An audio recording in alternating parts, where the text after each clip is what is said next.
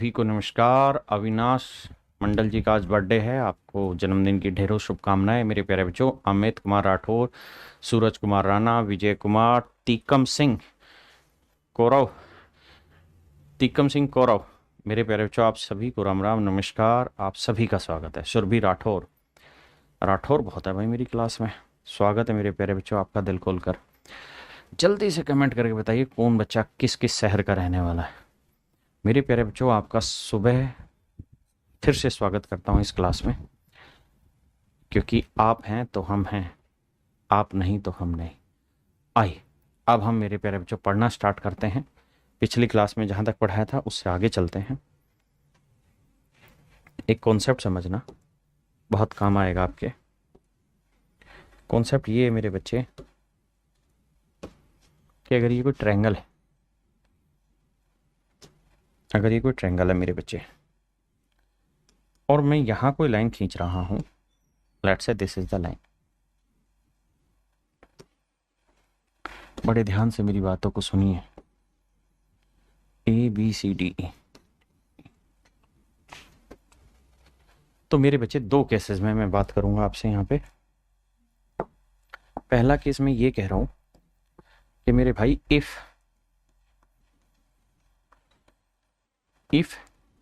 DE is parallel to BC, कि अगर DE BC के पैरेलल है मेरे प्यारे बच्चों, अगर DE मेरे भाई BC के पैरेलल है, देन तीनों रेशियो सेम होंगे। कौन कौन से? AD बटे DB वही वैल्यू देगा जो AE बटे EC। दूसरा, AD बटे AB वही वैल्यू देगा जो AE बटे AC, और वही वैल्यू देगा जो DE बटे BC। हाँ है ना? इसी का उल्टा भी आप कर सकते हैं कि DB,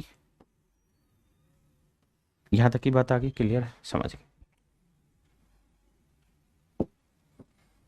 मैंने ये कहा कि जो रेशियो AD का AB से होगा वही रेशियो AE का AC से होगा, वही रेशियो DE का BC से होगा, अगर मेरे प्यारे बच्चों DE पैरेलल है BC के। अगर मेरे नन्हे मुन्ने प्यारे बच्चों DE BC के पैरेलल है तो ये कहानियां ऐसे चलेंगी और ये इसका अर्थ होगा। अब मैं सवाल को थोड़ा बदलना चाह रहा हूं और मैं आपको ये कह रहा हूं कि भाई सवाल ने ये नहीं दे रखा कि पैरेलल है, लेकिन ये दे रखा है कि भाई इफ AD बटे DB is equal to AE बटे EC। तो आप मुझे बताइए DE क्या पैरेलल होगी BC के? क्या ये स्टेटमेंट ठीक है या गलत? आप कहेंगे स्टेटमेंट ठीक है सर, क्योंकि जो हमने पीछे पढ़ा था ये एग्जैक्ट उसका उल्टा है। क्या उल्टा है सर? आपने पीछे अभी ये पढ़ा कि भाई अगर ये लाइन इस लाइन के पैरेलल है, ये दोनों लाइनें पैरेलल है, तो जो रेशियो AD का DB से होगा वही रेशियो AE का EC से। आपने कहा ठीक है, पिछले क्लास में पढ़ा था। तो मेरे नन्हे मुन्ने बच्चों यहां वही कहानी उल्टी कर दी। कैसे उल्टी कर दीजिए? उल्टी इस तरह से कर दी है कि भैया अगर ये पैरेलल है तो ये रेशियो सेम होगा, लेकिन अगर ये रेशियो सेम है यानी AD का DB से जो रेशियो वही रेशियो अगर AE का EC से है, तो इसका उल्टा भी ट्रू होगा कि भैया DE जो है वो BC के पैरेलल होगी। ये बात भी आपको हमेशा के लिए ध्यान रखनी कि भाई ये बात भी सही है कि पैरेलल होगी, इसमें कोई दो राय नहीं। आपने कहा ठीक है, मान ली बात। अगर मान ली तो अब मैं एक सवाल दे रहा हूं आपको। मैं ये कह रहा हूं D is the mid point. Mid point समझते हैं? मिड पॉइंट का मतलब होता है मध्य बिंदु। D is the mid point of AB, कि भाई D जो है वो AB का मध्य बिंदु है, and E is the mid point of AC, और E जो है मेरे प्यारे बच्चों AC का मध्य बिंदु है। D जो है वो मेरे प्यारे बच्चों AB का मिड पॉइंट है, E जो है वो मेरे बच्चे AC का मिड पॉइंट है। मैं आपसे ये जानना चाह रहा हूं कि DE की लेंथ का BC की लेंथ के साथ रेशियो बताइए क्या होगा। DE की लेंथ का BC की लेंथ के साथ रेशियो बताइए क्या होगा मेरे बच्चे।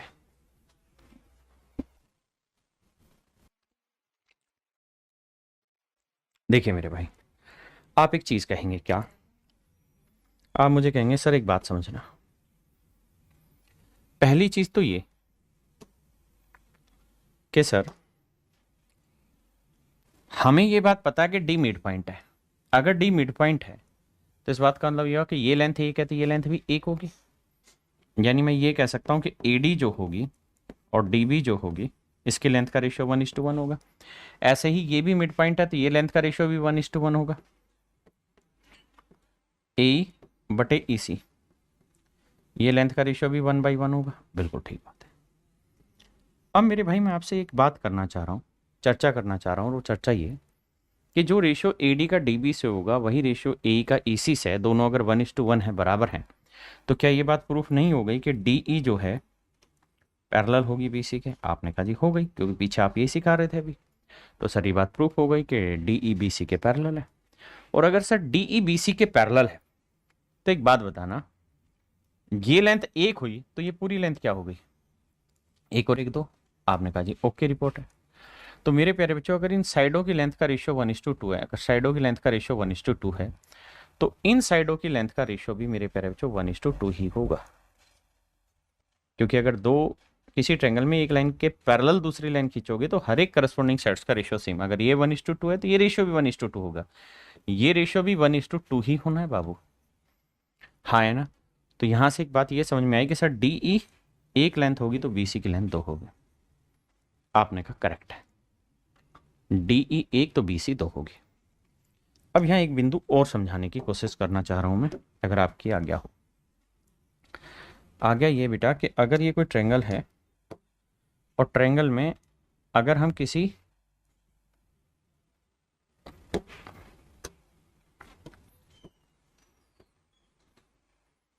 ABC कोई ट्रेंगल, और मैं ये कह रहा हूं कि भाई मैंने AB का कोई मिड पॉइंट ले लिया D, ये मैं कह रहा हूं कि मिड पॉइंट है, और AC का मिड पॉइंट ले लिया E। अगर ये दोनों गिवन है कि मिड पॉइंट है तो दो स्टेटमेंट ध्यान रख लेना। पहली ये कि DE पैरेलल होगी BC के, पहली चीज। दूसरा, DE जो होगी वो BC की आधी भी होगी, क्योंकि मिड पॉइंट होने से रेशियो साइड का 1:2 होगा, तो इन साइडों का रेशियो भी 1:2, यानी ये दो तो ये एक, यानी इसकी आधी होगी। तो DE हाफ ऑफ BC होगा और DE पैरेलल ऑफ BC होगा, अगर D और E मेरे प्यारे बच्चों मिड पॉइंट हैं तो। आपने कहा ओके रिपोर्ट है, मान लीजिए। अब क्या चाह रहे हो आप। अब मैं ये चाह रहा हूं कि इस सवाल का उत्तर निकालो, इस सवाल के लिए मेहनत करा रहा था।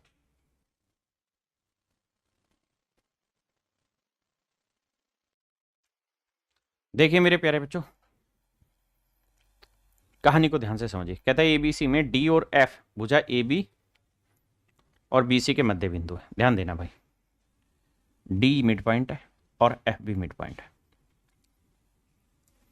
और कह रहा है M और N, M जो है वो AP का मिड पॉइंट है और N जो है मेरे प्यारे बच्चों PC का मिड पॉइंट है। बिल्कुल ठीक बात है कि मध्य बिंदु। तो DM:EN का रेशियो बताओ, DM:EN का रेशियो बताइए मेरे प्यारे बच्चों क्या होगा। DM:EN का रेशियो बताना क्या होगा।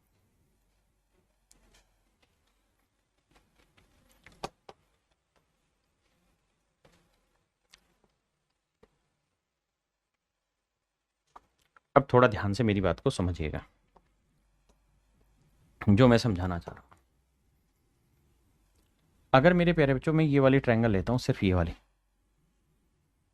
ध्यान देना, ये वाली ट्रायंगल ले रहा हूं, तो इस साइड का मिड पॉइंट ये है और AP का मिड पॉइंट M है। तो अगर मैं इस ट्रायंगल में इन दोनों साइड के मिड पॉइंट को मिलाऊंगा तो जो लाइन बनेगी वो तीसरी लाइन की आधी भी होगी और इसके पैरेलल भी होगी। यानी मेरे बच्चे, अगर मैं बात कर रहा हूं ट्रायंगल ABP की, अगर मेरे प्यारे बच्चों मैं बात कर रहा हूं ट्रायंगल ABP की, तो DM जो होगा वो पैरेलल होगा BP के, DM BP के पैरेलल भी होगा। और ये भी ध्यान रहे कि DM:PB का रेशियो 1:2 होगा। यानी इनकी लेंथ का रेशियो 1:2 होगा।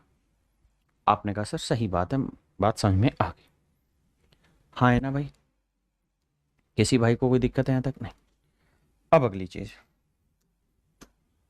सर, अब मैं ये वाली ट्रायंगल ले रहा हूँ, इस साइड का मिड पॉइंट है ये वाला, बिल्कुल इस साइड का मिड पॉइंट है ये वाला, ये लाइन है, ये लाइन।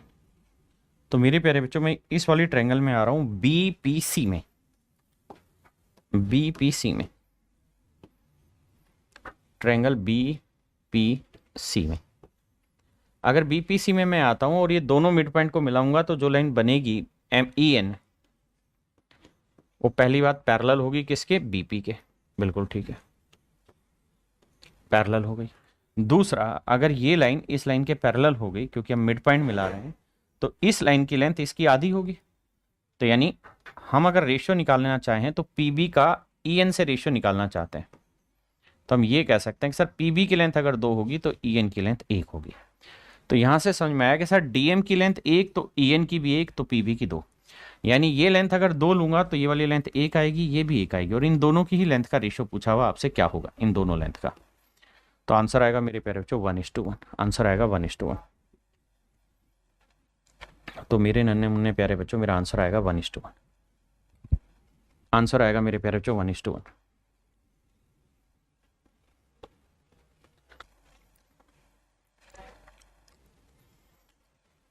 करिए मेरे प्यारे बच्चों इस सवाल को।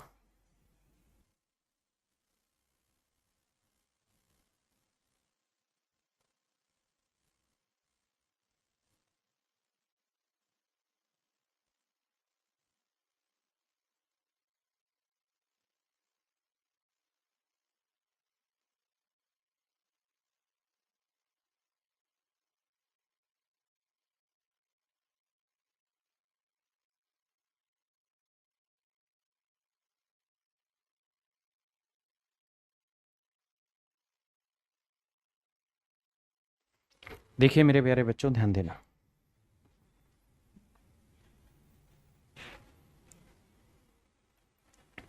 अब जरा सामने फोकस करिए।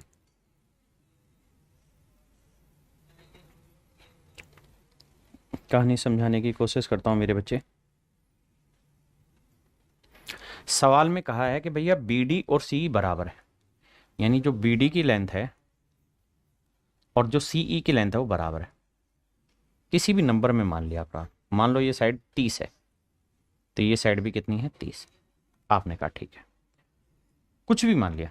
साथ में ये कह रहा है कि जी ये वाला जो एंगल है ना और ये वाला जो एंगल है, ये दोनों एंगल भी आपस में बराबर हैं, B और C एंगल भी बराबर। मान लीजिए बात। अब मेरे बच्चों खेल शुरू होगा। आज मेरे दोस्त एक बात बताना, अगर इस ट्रायंगल में ये वाला एंगल और ये वाला एंगल इक्वल हैं तो इनके अपोजिट साइड बराबर होंगी बड़ी ट्रायंगल में। तो एंगल C के अपोजिट ये वाली साइड है भैया? आपने कहा हाँ। और एंगल B के अपोजिट ये वाली साइड है? बिल्कुल। तो इसका मतलब ये दोनों ही साइडें आपस में बराबर होंगी? आपने कहा बिल्कुल ठीक है। यानी मेरे प्यारे बच्चों, ये दोनों ही भुजाएं आपस में बराबर होंगी, इसमें कोई दो राय नहीं। यानी ये वाली साइड और ये वाली साइड दोनों ही आपस में इक्वल होंगी। अब बेटा एक बात बताना, अगर ये दोनों ही साइडें आपस में बराबर है, ये साइड और ये साइड की लेंथ बराबर है, तो कुछ भी मान लो दोनों की लेंथ, मान लेते हैं 40-40 है। आपने कहा जी हाँ। तो ये भी 40 है तो ये भी 40 है, तो 40 में ये 30 है तो ये कितनी बची? 10। ये 40 है, ये 30, तो ये भी कितनी बची? 10। तो अब आपने एक चीज नोटिस की कि AD/DB का जो रेशियो है वही रेशियो AE का EC से। आप कहें जी हम ऐसा क्यों ले, हम तो XY मानेंगे तो आप इसे X मानेंगे तो ये भी X होगा, इसे Y मानेंगे तो ये भी Y होगा। तो ये पूरी लेंथ Y, ये X, तो ये Y-X है। तो आप देखेंगे दोनों ही सेम आएगा, यानी रेशियो सेम आएगा। मतलब जो रेशियो AD का DB से है ना बाबू, वही रेशियो AE का EC से आ जाएगा। और जब ये रेशियो सेम हो जाएंगे तो उस कंडीशन में मेरे प्यारे बच्चों हम कह देंगे कि DE जो होगा वो पैरेलल होगा BC के। उस कंडीशन में हम कह देंगे कि DE पैरेलल होगा BC के, DE BC के पैरेलल होगा, उस केस में हम कह देंगे। क्या आप समझ पाए? आइए मेरे दोस्त अब आगे बढ़ते हैं।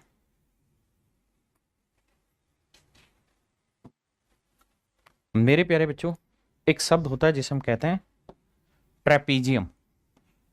वैसे तो क्वाड्रिलेटरल की जब बारी आएगी तब मैं इसे और डिटेल में समझाऊंगा, लेकिन अभी पैरेलल लाइन की कहानी है तो समझा देता हूँ। इसे हिंदी में कहते हैं हम समलंब चतुर्भुज। समलंब चतुर्भुज। समलंब चतुर्भुज की क्या विशेषता है कि इसकी कोई दो साइडें आपस में पैरेलल होती हैं। समलंब चतुर्भुज की कोई दो भुजाएं आपस में पैरेलल होती हैं, कोई दो साइडें आपस में पैरेलल होती हैं। जैसे मेरे लाला ये वाली साइड और ये वाली साइड आपस में पैरेलल होगी और बाकी दोनों जो साइड है वो नॉन पैरेलल होंगी। ट्रेपीजियम का बेसिक अर्थ ये कि जब भी किसी चतुर्भुज की दो भुजाएं पैरेलल आ जाएं तो वो ट्रेपीजियम कहलाती है। अब मेरे प्यारे बच्चों ट्रेपीजियम पे मैं कुछ सवाल ले रहा हूं। अगर आप ध्यान देंगे तो समझेंगे कि डीसी और एबी दोनों पैरेलल लाइन है। तो मेरे प्यारे बच्चों अगर कोई ट्रेपीजियम हो जिसकी दो भुजाएं आपस में पैरेलल दे रखी हो और अगर आपसे उनके डायगोनल एक दूसरे से मीट करा दे, यानी एक दूसरे वर्टेक्स से मिलवा दे, इस वर्टेक्स से उससे और इसको उससे, और दोनों वर्टेक्स जिस पॉइंट पे काटेंगे, दोनों शीर्ष जिस बिंदु पर काटेंगे, मेरे प्यारे बच्चों उस बिंदु से इन भुजाओं का अनुपात समान आता है। यानी जो रेशो डीई का ईबी से आएगा ना, वही रेशो ईसी का एबी से आएगा, है ना। ईसी का ए से आएगा, यानी जो रेशो इस साइड का इस साइड से आएगा वही रेशो इस साइड का इस साइड से, जो इसका इससे आएगा। अब आप कहें ये तो आपने रटवा दिया, प्रूफ करके दिखाओ। तो देखो यार एक प्रूफ कर देता हूं, आगे फिर जरूरत नहीं पड़ेगी। आओ, आपको ये बात तो याद ही है कि बेटा ये वाला एंगल और ये वाला एंगल इक्वल हो। क्यों? क्योंकि सर ये वाली लाइन और ये वाली लाइन पैरेलल है। तो सर जेड बन रहा है, ध्यान देना, जेड बन रहा है। जेड बन रहा है मतलब अल्टरनेट इंटीरियर एंगल हुए। क्या हुए मेरे प्यारे बच्चों? अल्टरनेट इंटीरियर एंगल हुए, एकांत अंतःखंड के कोण हुए। तो मेरे लाला ये वाला कोण इस वाले कोण के बराबर हो, ठीक है जी। ऐसे ही मेरे बाबू ये वाला भी जेड बनेगा इसके साथ, तो ये दोनों कोण भी बराबर होंगे। इसे भी हम अल्टरनेट इंटीरियर एंगल ही कहेंगे। तो ये वाला कोण इस वाले कोण के बराबर होगा। और मेरे प्यारे बच्चों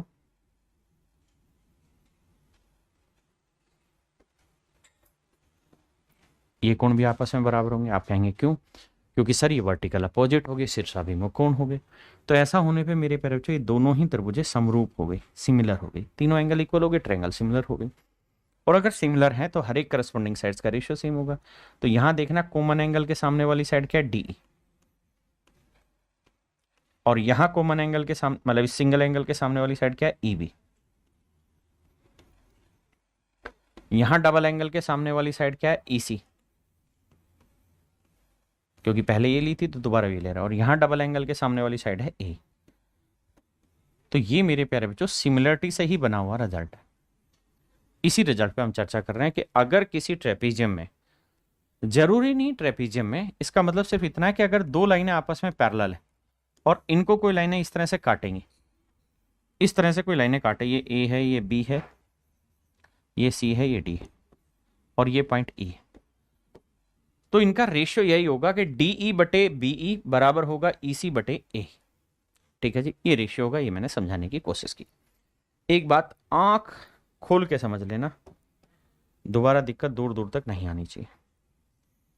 अगर मेरे प्यारे बच्चों ये कोई लाइन है, इसी लाइन के पैरेलल मैंने यहाँ कोई लाइन खींची, ये लाइन छोटी भी हो सकती, बड़ी भी हो सकती, कुछ भी हो सकती, ठीक है जी। अगर ये दो लाइनें आपस में पैरेलल है, अगर ये दो लाइनें आपस में पैरेलल है मेरे बच्चे, तो दो पैरेलल लाइन के वर्टेक्स को मिला के जो भी ट्रायंगलें बनेंगी ना, ये दोनों भी आपस में सिमिलर होंगी, ध्यान रखना। यानी ये वाली त्रिभुज सिमिलर होगी किसके? इस वाली ट्रायंगल के। ये दोनों ही ट्रायंगलें आपस में सिमिलर होंगी मेरे बच्चे। हमेशा ध्यान रखना, जब भी दो पैरेलल लाइन को के वर्टेक्स को मिला के कोई ट्रायंगल बनाते हैं तो वो हमेशा ही सिमिलर होती है। पहली चीज आपने कहा जी ओके रिपोर्ट है, तो आ जाइए सवाल पे। अब अगला कॉन्सेप्ट इसी पे कि अगर मेरे प्यारे बच्चों किसी सवाल ने ये दे दिया कि भाई डीई का ईबी से जो रेशियो है वही रेशियो ईसी का ए से है तो इसका उल्टा अर्थ भी ये मान लिया जाएगा कि ये दोनों लाइनें पैरेलल है। देखो पीछे मैंने बताया कि अगर डीसी ए बी के पैरेलल है तो इसका इससे जो अनुपात वही इससे इससे होगा, और इसका उल्टा ये है कि अगर ये रेशियो सेम आ जाए तो इसका मतलब ये है कि डीसी और ए बी मेरे प्यारे बच्चों दोनों लाइनें पैरेलल होंगी। हाँ है ना? तो इस बात को भी समझना कि अगर ये रेशियो सेम है तो इसका मतलब ये दोनों पैरेलल लाइन है, और दो पैरेलल लाइन है और कोई क्वाड्रिलेटरल बन रहा है तो इसका मतलब ये फिर क्या है, ट्रेपीजियम है। तो इसका उल्टा रूल भी ध्यान रखना। अब इसी में अगली कहानी है कि मेरे प्यारे बच्चों अगर किसी ट्रायंगल में ना किसी क्वाड्रिलेटरल में, और क्वाड्रिलेटरल भी खासकर कौन सी, ट्रेपीजियम, कौन सी भाई, ट्रेपीजियम, समलंब चतुर्भुज, हिंदी में बोलते हैं इसे समलंब चतुर्भुज, खासकर किसी समलंब चतुर्भुज में, ट्रेपीजियम में अगर इन दो पैरेलल लाइन, ये दोनों पैरेलल लाइन, इन दोनों ही पैरेलल लाइन के पैरेलल कोई लाइन खींच दी जाए, इन दोनों पैरेलल लाइन के पैरेलल में कोई लाइन खींची जाए, जैसे ये मैंने लाइन खींच दी इन दोनों लाइनों के पैरेलल, तो यहां पे एक सीन सेट होगा, और वो ये कि जो रेशो डीई का ई से होगा वही रेशो सी एफ का एफ बी से होगा। अगर किसी समलंब चतुर्भुज में दो समानांतर रेखाओं के समानांतर कोई तीसरी रेखा खींच दी जाएगी तो जो रेशो डीई का ई से होगा वही रेशो सी एफ का एफ बी से होगा, पहली चीज। दूसरी बात क्या, जैसे मान लो ये रेशो 2 है, ये 3, तो ये रेशो भी 2 3 होगा, तो आप यहां से ये भी समझ सकते हैं कि ये 2 है तो ये पूरा क्या बना 5, ये 2 है तो ये पूरा भी क्या बना 5। तो हम इसको ऐसे भी लिख सकते हैं कि भाई डीई बटे डी ए का भी रेशियो वही रहेगा जो सी एफ बटे सी बी का हो। इसका उल्टा भी लिख सकते हैं कि ए ई इस टू ए डी का भी वही रेशियो होगा जो मेरे प्यारे बच्चों बी एफ इस टू बी सी का होगा। तो मेरे नन्हे मुन्ने प्यारे बच्चों ये तीनों रिजल्ट आपको अच्छे से ध्यान से देखना है, समझना है। अब हम इस पे कुछ सवाल पिक करेंगे। ये पैरेलल लाइन का मैं समझा ही चुका था कि अगर 3 पैरेलल लाइनें हैं और इन्हें ट्रांसवर्सल लाइन काट रही है तो जो रेशियो इसका इससे होगा,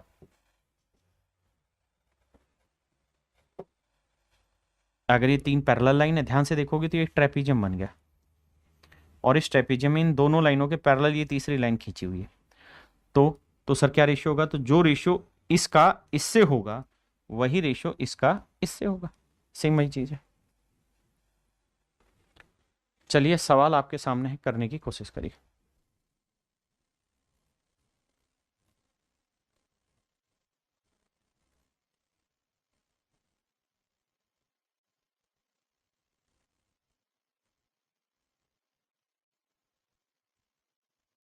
देखिए मेरे प्यारे बच्चों, कहा है कि ए बी और डी सी पैरेलल, ओहो ए बी लिखा ही नहीं है, ए यहाँ होगा बी यहाँ, ये दोनों लाइनें आपस में पैरेलल। अगर मेरे बच्चे ये दोनों लाइनें पैरेलल हैं तो जो रेशियो इसका इससे होगा 3/x-3 होगा, वही रेशियो मेरे बच्चे x-5 का 3x-19 होगा। सवाल में कह रहा है कि भैया हमें x की वैल्यू निकाल के बताइए। देखो यार, क्रॉस मल्टीप्लाई करेंगे, 3 को 3 से गुना करेंगे तो 9x आएगा, 19 दिए 57 आएगा, इसको इससे करेंगे तो x² आएगा, +5 दिए 15 आएगा, और -8x आएगा। हाँ जी साहब, अब मेरे बच्चों कुछ नहीं करना आपने, अब आपने एक सिस्टम सेट करना है कि क्वाड्रेटिक इक्वेशन बनेगी, तो x² को यहीं रखिए, ये 9x इधर आएगा, माइनस का होगा 9 और 8 17x होगा, और ये -57 इधर आएगा तो प्लस का हो जाएगा 57 और 15, ये हो जाएगा 7 5 12, 5 1 6 1 7 72। अब मेरे बच्चे आपको x की वैल्यू निकालनी है, हाँ है ना? अब x की वैल्यू निकालनी है तो आपने बताना है x की कौन सी ऐसी वैल्यू है जो इसको सेटिस्फाई कर देगी।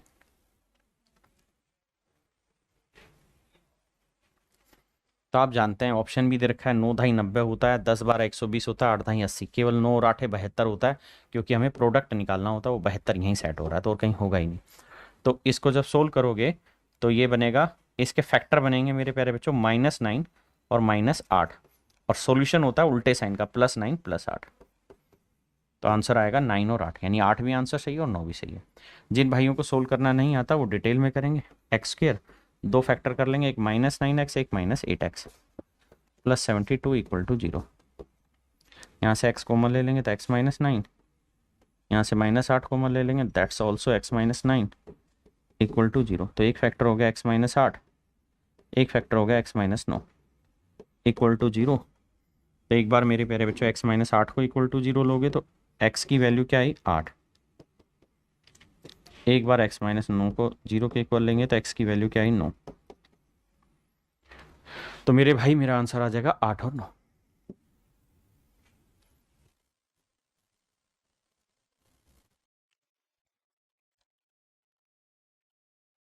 आइए मेरे भाई, तो मेरे बच्चे ये 4 है, ये x 4x -2 है,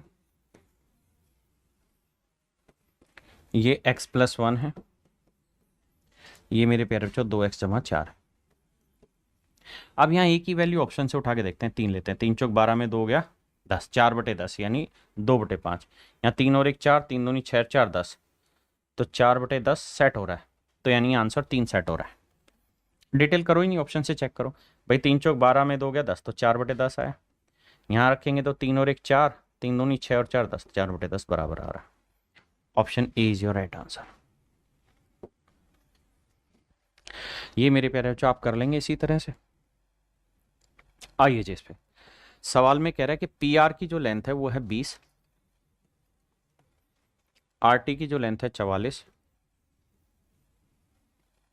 और टीवी की जो लेंथ है वो 32। बहुत बढ़िया। क्यू डब्ल्यू की जो लेंथ है, क्यू डब्ल्यू अच्छा पूरी लेंथ है कितनी मेरे प्यारे बच्चों 84, 84। तो कहता है क्यू एस की लेंथ ज्ञात करिए क्या होगी। देखो मेरे भाई,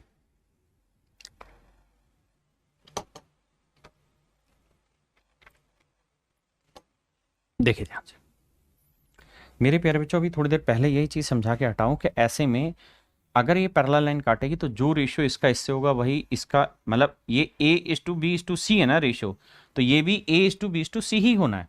तो आप करिए क्या, बस सिंपली इसका रेशियो फाइंड आउट करिए। 4 से काटें, 4 5 20, 4 11 44, 4 8 32। तो रेशियो है मेरे प्यारे बच्चों 5 11 8, तो इनका भी रेशियो 5:11:8 होगा। तो 84 को 5 11 8 में बांटना है, तो 5 और 11 16, 16 और 8 24, तो 24 यूनिट रिप्रेजेंट कर रहा है 84 को। तो एक यूनिट की वैल्यू 84/24। और मेरे भाई हमसे पूछा क्या क्यू एस, तो क्यू एस की लेंथ कितनी 5। तो देखो 4 से काटेंगे, 4 एकम 4, 6 से कट जाएगा, 12 से कट रहा है यार, 12 7 84, 12 दूनी 24, 7 5 35/2, 35/2 होता है 17.5 सेंटीमीटर।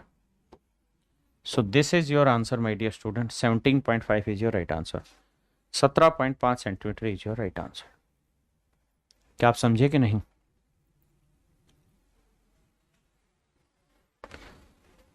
अगला आप करें।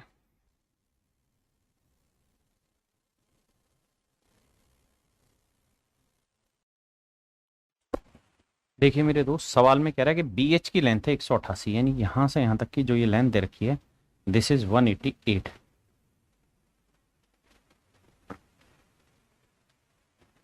बहुत बढ़िया जी। ए सी 42 है मान लीजिए, सी ई 24 होगा, क्यू आर 36 होगा, आर एस 42 होगा। तो हमसे पूछ रहा है find the value of E G plus P Q plus D F.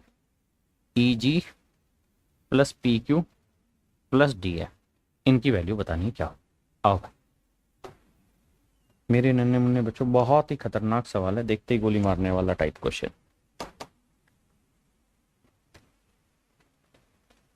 अब जरा ध्यान देना मेरी बात,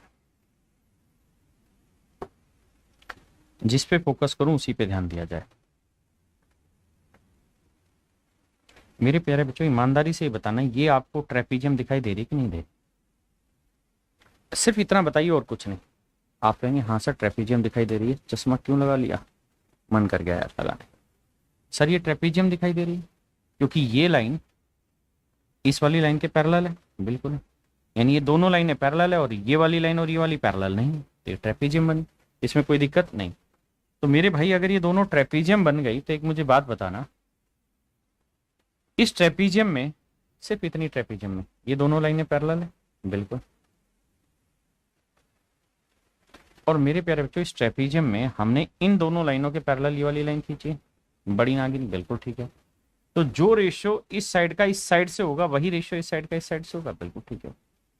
तो भैया एक बात बताओ, ये 42 है, ये 36 है, तो ये रेशियो निकालें तो कितना है, 6 7 42 और 6 6 36, यानी रेशियो आया 6:7। तो मेरे बाबू ये रेशियो भी 6:7 ही होगा। आपने कहा ठीक है सर ये 6 7 होगा, मान लेते हैं, आप कौन मना कर रहा है। तो सर 6 चौक 24 है, तो 1 यूनिट 4, तो 7 चौक 28, तो ये वाली लेंथ होगी 28 सेंटीमीटर।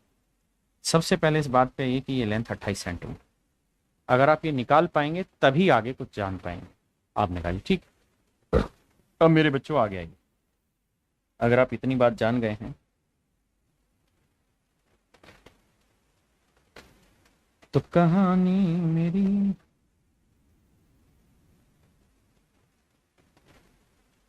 अब मेरे बच्चों हम यहां से निकाल पाए कि भाई ये लेंथ 28 होगी, ये 24 ही 42। अब बेटा एक चीज बताना भैया, ये लाइन ये लाइन ये लाइन ये लाइन चारों लाइनें पैरेलल है, ये ट्रांसवर्सल लाइन काट रही है, बिल्कुल। तो जो रेशियो इसका इससे इससे होगा वही रेशियो इसका इससे इससे होगा, बिल्कुल ठीक है। अब कुछ नहीं करना, आपने ये देखना कि तीनों का रेशियो क्या है। तो सर 4 से तो कटेगा नहीं, 2 से कटेगा, 2 2 21 42 होगा, 2 से काटोगे 12 आएगा और 2 से काटोगे 14 आएगा।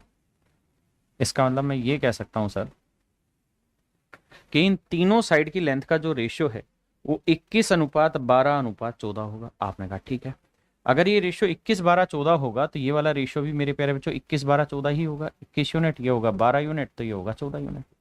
और ये वाला रेशियो भी मेरे प्यारे बच्चों 21 12 और 14 ही होना है, 21 12 14 ही होना है, क्योंकि पैरेलल लाइन है, तो इनके रेशियो सेम होने हैं।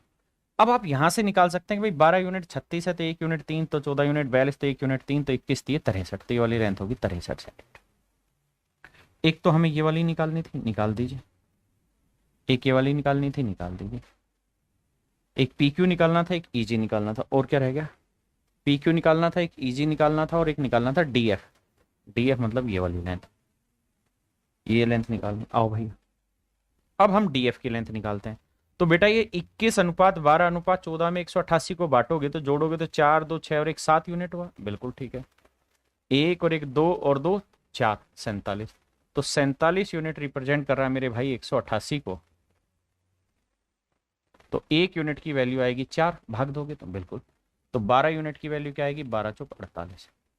इसका मतलब मेरे प्यारे बच्चों ये वाली जो लेंथ होगी ये 48 होगी। अब उसने कहा भाई इन तीनों का जोड़ बताओ, किस किस का, ईजी का जो कि 28 है, फिर पी क्यू का जो कि 63 है, और फिर मेरे प्यारे बच्चों डी एफ का जो कि 48। कहते हैं इनका जोड़ बताओ। 8 और 3 11 और 8 19, 9 असल 1, 1 और 4 5, 5 और 6 11, 11 और 2 13। तो आंसर आया मेरे प्यारे बच्चों 139, यानी 139 centimetre is your right answer. देखिए थोड़ा हिलाने वाला सवाल है, आसान चीज़ नहीं होती, आपको थोड़ा थोड़ा मेहनत हर एक जगह करनी होगी।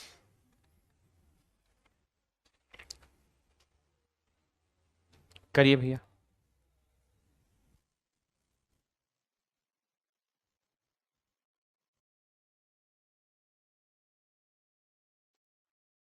देखिए मेरे भाई सवाल में कह रहा है कि सारी लाइनें पैरेलल है, बी एच 100, ये 100 सेंटीमीटर है भैया। तो कह रहा है डी एफ का मान भाई याद करिए इस लाइन का। बहुत बढ़िया, शानदार, जानदार, जबरदस्त, जिंदाबाद। आइए भाई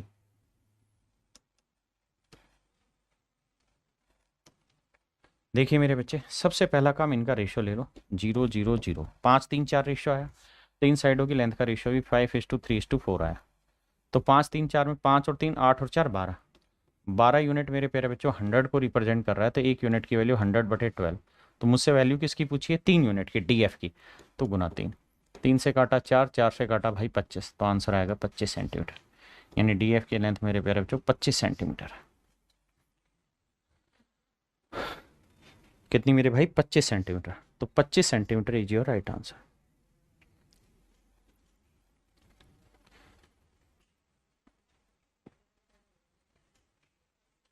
देखिए यार यहाँ पे सवाल में कह रहा है ए सी सी ई का 3/4 है, यानी यहाँ से रेशियो भी निकालोगे तो ए सी यहीं रखोगे, सी ई बटे ले आओगे, तो रेशियो आएगा मेरे प्यारे बच्चों 3/4, यानी सी ई की लेंथ 4 होगी तो ए सी की लेंथ होगी 3।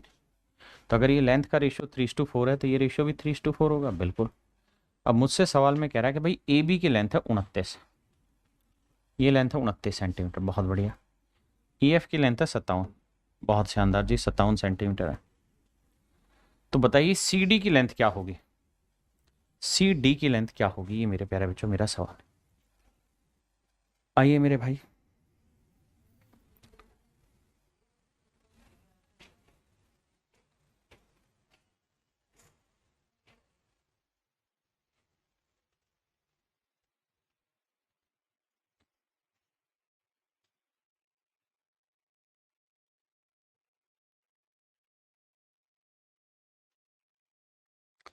आओ मेरे भाई,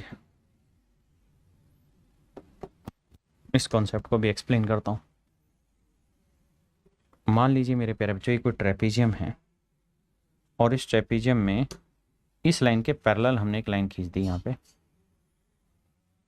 इस लाइन के पैरेलल हमने लाइन खींच दी, ये और ये तीनों लाइनें मेरे प्यारे बच्चों मान लीजिए पैरेलल है, ठीक है जी। ए बी सी डी। अब यहां से कुछ रिजल्ट है जो लिखवाने हैं। पहली चीज मेरे प्यारे बच्चों ये पैरेलल है, ये मान लीजिए ई है, ये एफ है। अगर ये ट्रेपेजियम है और इन दोनों ही लाइनों के पैरेलल हमने ये लाइन खींची है, और अगर ये रेशियो A:B है मेरे प्यारे बच्चों, तो ये वाला रेशियो भी A:B ही होगा। आपने कहा बिल्कुल ठीक है, रेशियो नहीं बदलेगा सर, रेशियो नहीं बदलेगा। अब आपसे पूछेगा EF की लेंथ बताइए क्या होगी, EF की लेंथ बतानी है आपने क्या होगी। तो देखिए मैं EF की सोट्रिक लिखवाता हूं, लेकिन उससे पहले डिटेल समझाता हूं एक बार, फिर सोट्रिक समझाऊं। मैं क्या करता हूं मेरे बच्चे, मैं ये करता हूं कि या यूं करते हैं, सीधे सवाल से लाता हूं, सवाल से समझाऊंगा, जल्दी समझ में आएगा। जैसे इस सवाल पे, इस सवाल पे आइए मेरे बच्चे, इस सवाल को करिए, फिर वहां लेके आऊंगा।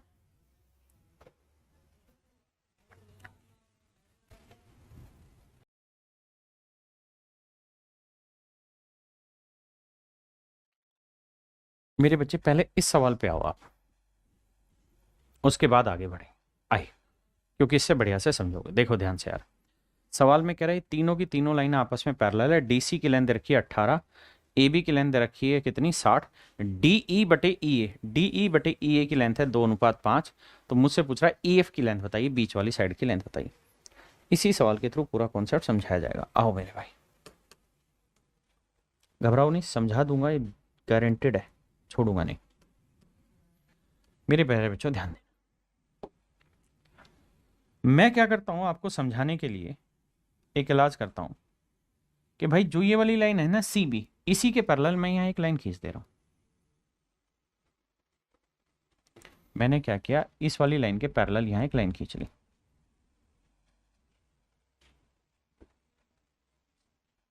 इसके पैरेलल हमने यहां एक लाइन खींच दी।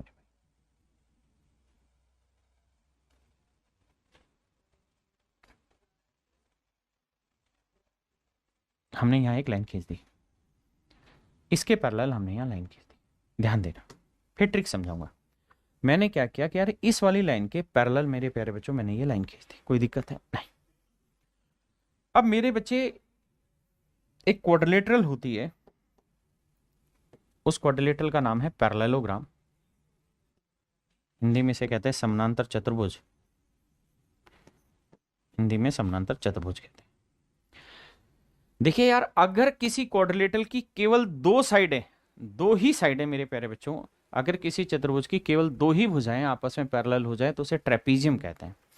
लेकिन अगर किसी क्वाड्रिलेटरल की आमने सामने के दोनों पेयर पैरेलल हो जाए, जैसे ये वाला इसके पैरेलल है और ये वाला मेरे प्यारे बच्चों इसके पैरेलल है, अगर ऐसा होगा तो ये पैरेललोग्राम बन जाएगी ABCD। यानी अगर आमने सामने की बजाय पैरेलल हुई तो ये पैरेललोग्राम कही जाएगी। पैरेललोग्राम के फिर टुकड़े होते हैं, स्क्वायर भी कहलाता है, रोम्बस भी होता है, उनको बाद में देखेंगे। तो इसमें खास वजह की बात ये होती है कि आमने सामने की बजाय पैरेलल अगर हैं तो बराबर भी होंगी, अगर दोनों जोड़े हैं तो AB DC भी बराबर होगा और BC AD भी मेरे प्यारे बच्चों बराबर होगा। ये वाली कहानी भी बराबर हो गया। आपने कहा ठीक है।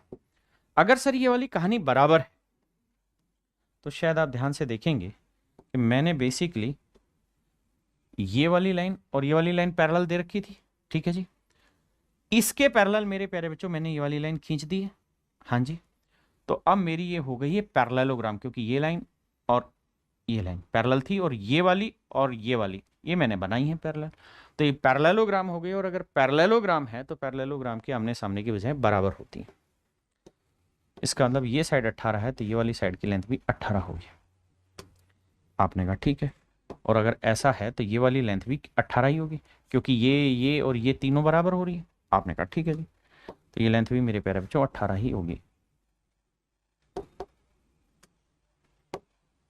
ये लेंथ 18 सेंटीमीटर ही होगी, ठीक है जी। अब मेरे बच्चों ये बताना, पूरी साइड की लेंथ कितनी है साहब? ये है 60। अगर ये 60 है तो 60 में से ये 18 हटा दो, तो 18 हटाओगे तो बची कितनी? 42 सेंटीमीटर। तो ये जो लेंथ है मेरे प्यारे बच्चों ये 42 सेंटीमीटर है। अब मेरे बच्चों इस बात पे ध्यान देना, इस वाली ट्रायंगल पे, इस वाली ट्रायंगल पे ध्यान देना। इस ट्रायंगल में 42 सेंटीमीटर के पैरेलल ये वाली लाइन है। हाँ सर, बात तो सही है। तो अगर आप इस त्रिभुज पे ध्यान दें, इस ट्रायंगल पे अगर आप ध्यान देंगे तो आप पाएंगे कि इस ट्रायंगल में ये जो नागिनें हैं ये दोनों पैरेलल हैं। तो जो रेशियो इस साइड का पूरी बड़ी साइड से होगा वही रेशियो इस साइड का पूरी बड़ी साइड से होगा। आपने कहा बिल्कुल ठीक बात है, इसमें तो कहीं कोई दिक्कत नहीं है। तो अगर ये लेंथ 2 है और ये लेंथ 7 है तो मेरे प्यारे बच्चों हर हाल में ये लेंथ 2 होगी तो ये वाली लेंथ 7 होगी। तो ये 7 नहीं 42 सेंटीमीटर, तो 7 यूनिट 42 है तो 1 यूनिट की वैल्यू 6 होगी, तो 2 यूनिट की वैल्यू 12 होगी। तो यहाँ से यहाँ तक की लेंथ होगी 12, ये लेंथ हो गई 18। तो ई एफ की लेंथ पूछी थी तो मेरे प्यारे बच्चों ई एफ की जो लेंथ होगी वो होगी 30 सेंटीमीटर। ई एफ की लेंथ होगी 30 सेंटीमीटर, हाँ है ना। ई एफ की जो लेंथ आएगी मेरे भाई वो आएगी 30 सेंटीमीटर, ठीक है जी। एक बार आप इसे समझिए, फिर मैं इसका सोट्रिक आपको डिस्कस करूंगा।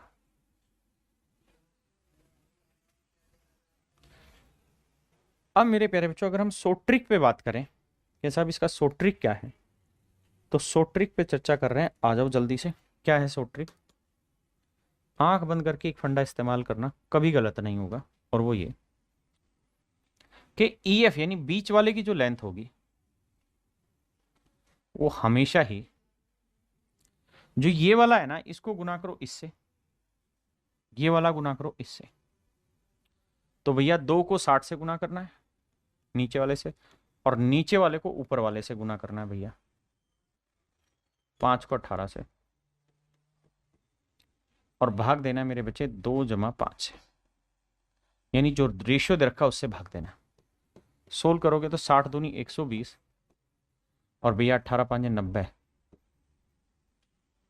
हाँ है ना, मेरी बात समझ पाए कि नहीं? तो ये आया 210, 120 और 90 210, और बटे में 5 और 2 7, 7 से काटोगे डायरेक्ट आपका आंसर आएगा 30। डायरेक्ट मेरे प्यारे बच्चों आपका आंसर आ जाएगा 30। नीतेश शर्मा जी बिल्कुल लाइव। अब आपको इसी तर्ज पर आगे के सवाल मिलेंगे। ये वाला सवाल, भैया ये पैरेलल है तीनों, ई एफ की लेंथ पूछी, तो ई एफ की लेंथ निकालनी तो क्या जादू करना होगा? सर एक ही जादू करना है, दूसरा जादू ही नहीं करना आपने कुछ। क्या?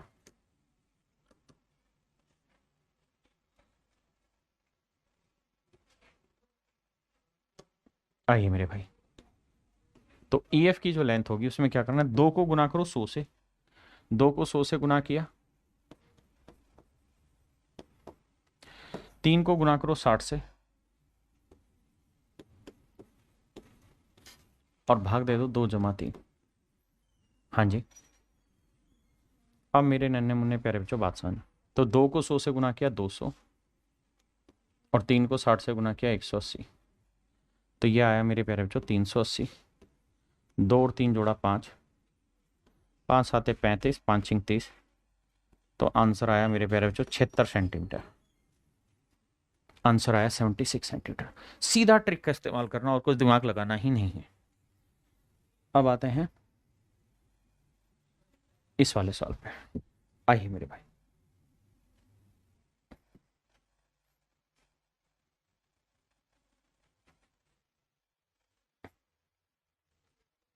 देखिए मेरे भाई, आपसे पूछा है ई सी डी की लेंथ बताइए, आपसे पूछा सी डी की लेंथ बताइए।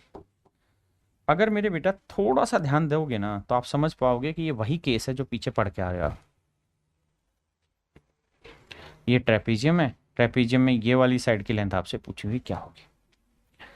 सेम वही चीज है जो आप पढ़ के आए, कुछ अलग करना ही नहीं है आपने। और अगर वही चीज है और अगर आप इसे रीड कर रहे हो तो बहुत खुशी की बात है, बहुत अच्छी बात है। अगर आप रीड कर रहे हो कि सर इसकी लेंथ निकालनी है, ये ट्रेपीजियम है,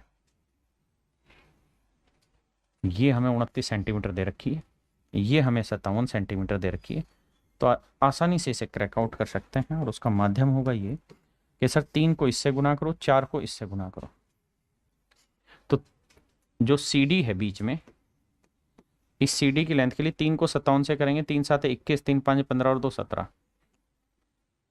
और 29 को 4 से करेंगे, 4 नीम 36, 4 दूनी 8 और 3 11, 116 बटे में 3 जमा 4,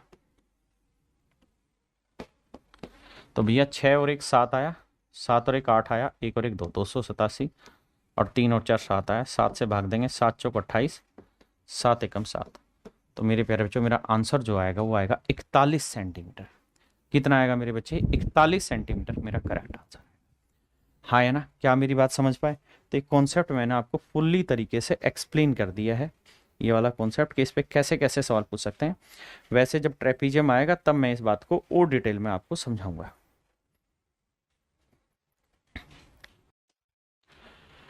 देखिए मेरे प्यारे बच्चों, बीसी के समानांतर एक रेखा त्रिभुज एबीसी की भुजा एबी तथा एसी को बिंदु पी और क्यू पर प्रतिच्छेदित करती है।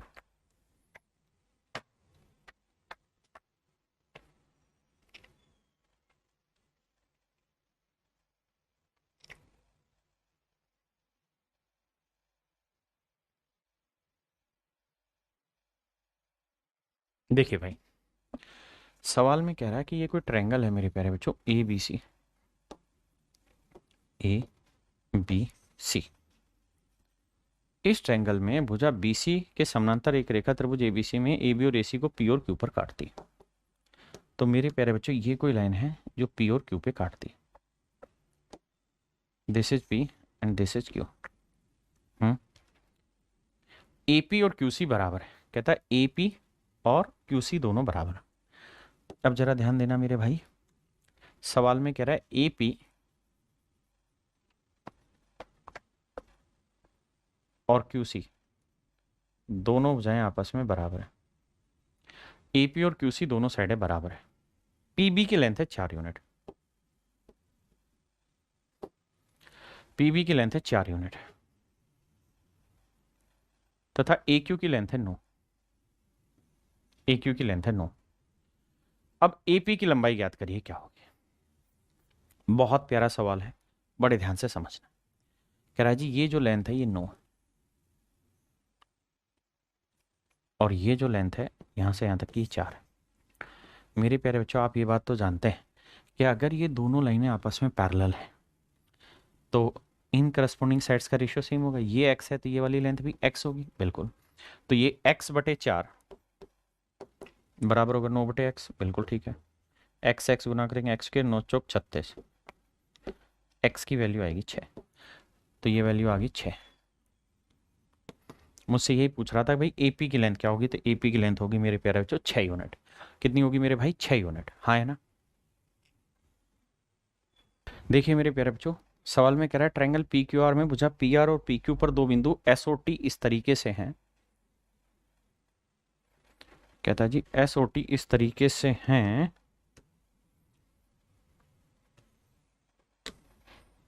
ये कोई ट्रायंगल है पी क्यू आर।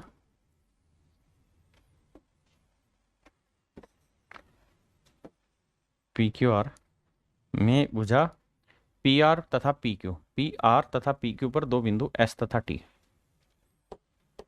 कहता है दो पॉइंट है एस ओ टी।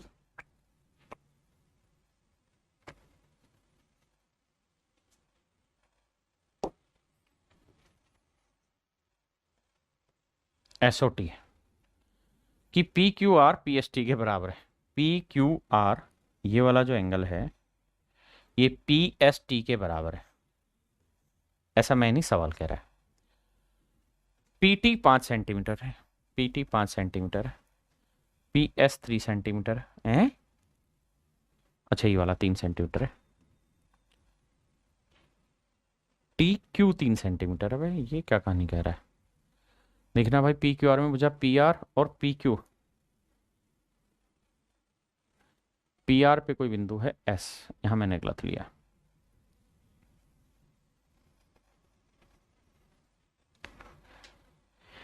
PQR ले रहे हैं मेरे भाई, यहाँ पॉइंट गलत लिया है। तो सवाल में मेरे प्यारे बच्चों कहा है कि साइड PQ पर ना साइड PR पर कोई पॉइंट है S, साइड PR पे कोई पॉइंट है S और PQ पर कोई पॉइंट है T, माफ करिएगा ये बात कह रहा है, ठीक है जी। अब कह रहा है कि PQR ये वाला एंगल और PST ये वाला एंगल, ये दोनों एंगल आपस में इक्वल है, बहुत शानदार। और PT 5 सेंटीमीटर है मेरे प्यारे बच्चों, बहुत बढ़िया। PS 3 सेंटीमीटर है, बहुत बढ़िया।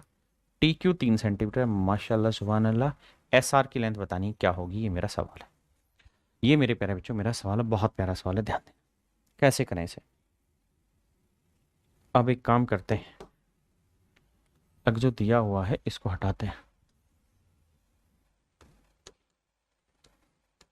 देखिए एक बात समझना, क्या कि मेरे प्यारे बच्चों ये दोनों ही ट्रायंगल आपस में सिमिलर हैं। सिमिलरिटी की सबसे शुरुआती कहानी यहीं से बताई हुई है आपको, क्या कि देखो यार एक ट्रायंगल में ले रहा हूं ये वाली, ठीक है, इसमें ये वाला एंगल, ध्यान देना ये वाला एंगल बड़े में भी यही है और छोटी में भी वही है, और एक ट्रायंगल ले रहा हूं मेरे प्यारे बच्चों में ये वाली,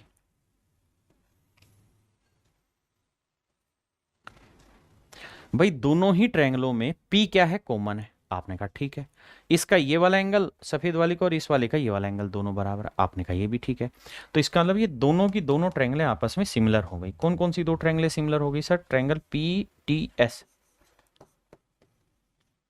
सिमिलर है किसके, ट्रायंगल P। अब S किसके बराबर है, Q के, तो यहां आएगा PRQ के। इसका मतलब ये हुआ मेरे बच्चे कि ये वाला एंगल तो हो गया तीनों में कॉमन, मतलब छोटे वाली में भी वही है और बड़े वाली में वही है, ये एंगल इसके इक्वल है, तो ये तीसरा एंगल इसका ये वाला है, तो इसका तीसरा वाला एंगल ये वाला है, बिल्कुल ठीक है। अब आते हैं आगे कि सर अगर ये बराबर हैं तो भैया रेशियो इशो बनाते हैं, इसका कुछ सेट करते हैं। तो छोटी ट्रायंगल में मुझे ये बताना इसके सामने वाली साइड क्या है, कर्लिंग के सामने वाली 3 सेंटीमीटर, और बड़ी ट्रायंगल में कर्लिंग के सामने वाली साइड क्या है, 5 और 3 8 सेंटीमीटर। यहां डबल लाइन के सामने वाली साइड एंगल है 5, और यहां डबल लाइन के सामने वाली साइड है 3 जमा x। देखो 3 को 3 से क्या 9 जमा 3x, 8 पंजे 40, 3x बराबर 31। x की वैल्यू आई मेरे प्यारे बच्चों 31/3, x की वैल्यू आई 31/3, x की वैल्यू है मेरे भाइयों 31/3 सेंटीमीटर। तो एस आर पूछा था, एस आर को ही हमने x माना, तो आंसर आएगा 31/3 सेंटीमीटर। हाँ है ना, आइए आइए बताइए।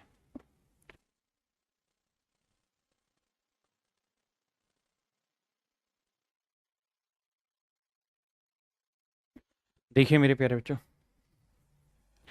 अब सवाल को ध्यान से देखना भाई। कहता है जी x का मान ज्ञात करो, मैं इसकी फिगर को थोड़ा बड़ा करता हूं, एनहेंस कर देता हूं ताकि दिखाई दे जाए ढंग से।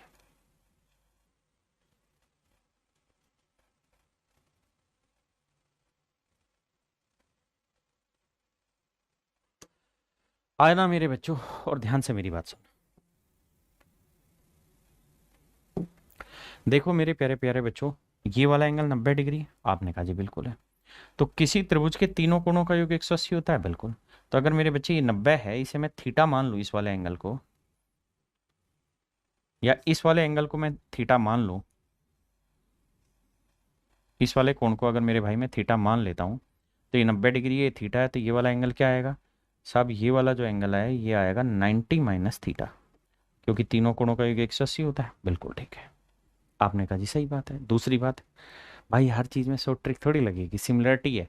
आपको रीड करना है आंख से और 2 ही सेकंड में सवाल टूट जाएगा, लेकिन वो रीड करने की हैबिट तो तैयार होगी ना धीरे धीरे। अब एक बात बताना है,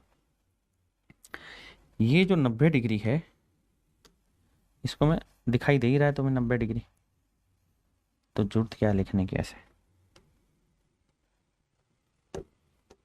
बेटा एक बात बताना, ये 90 डिग्री है, दिखाई दे रहा है, हाँ जी सर। अब मेरे बच्चों ये स्ट्रेट लाइन जो है, स्ट्रेट लाइन पे बने एंगल का सम 180 डिग्री होता है, बिल्कुल होता है सर। ये 90 है तो इन दोनों नागिनों का जोड़ 90 होगा, इसका और इसका। हाँ, तो ये 90 माइनस थीटा है तो ये क्या होगा, थीटा होगा। ये थीटा है, ये 90 है तो ये क्या होगा, 90 माइनस थीटा। हाँ सर, बात समझ में आती है। तो मेरे प्यारे बच्चों, अगर आपको बात समझ में आती है तो आप ये भी समझ गए कि ये दोनों की दोनों ट्रायंगलें सिमिलर हो गई। ये वाली और ये वाली दोनों समरूप हो गई। कैसे समरूप हो गई सर? समरूप ऐसे हो गई क्योंकि दोनों त्रिभुजों के तीनों कोण आपस में बराबर है। अब बताना, यहाँ 90 के सामने वाली साइड 8 है और मुझसे पूछा क्या था, x, तो वहाँ है मुझे थीटा के साथ। देखो, तो यहाँ 90 डिग्री के सामने वाली साइड 8 है, बहुत बढ़िया। यहाँ 90 के सामने वाली साइड क्या है, 4, बहुत सुंदर। अब यहाँ थीटा के सामने वाली साइड 6 है और वहां थीटा के सामने वाली साइड हो गई x, और ultimately what I have to find x value. 4 दूनी 8, 2 तिया 6, क्रॉस मल्टीप्लाई करेंगे तो मेरे प्यारे बच्चों x की जो वैल्यू आएगी वो 3 सेंटीमीटर आएगी। x की जो वैल्यू आएगी मेरे प्यारे बच्चों 3 सेंटीमीटर आएगी, हाँ है ना। ये मेरा आंसर है। अब अगले पे कार्रवाई आपकी तरफ से होनी चाहिए।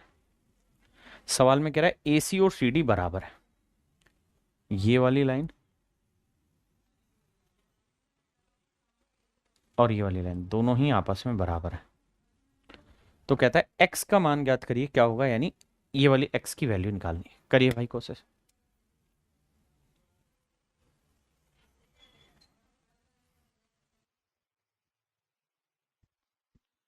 देखिए मेरे भाई, इस कहानी को भी अब समझने की कोशिश करते हैं।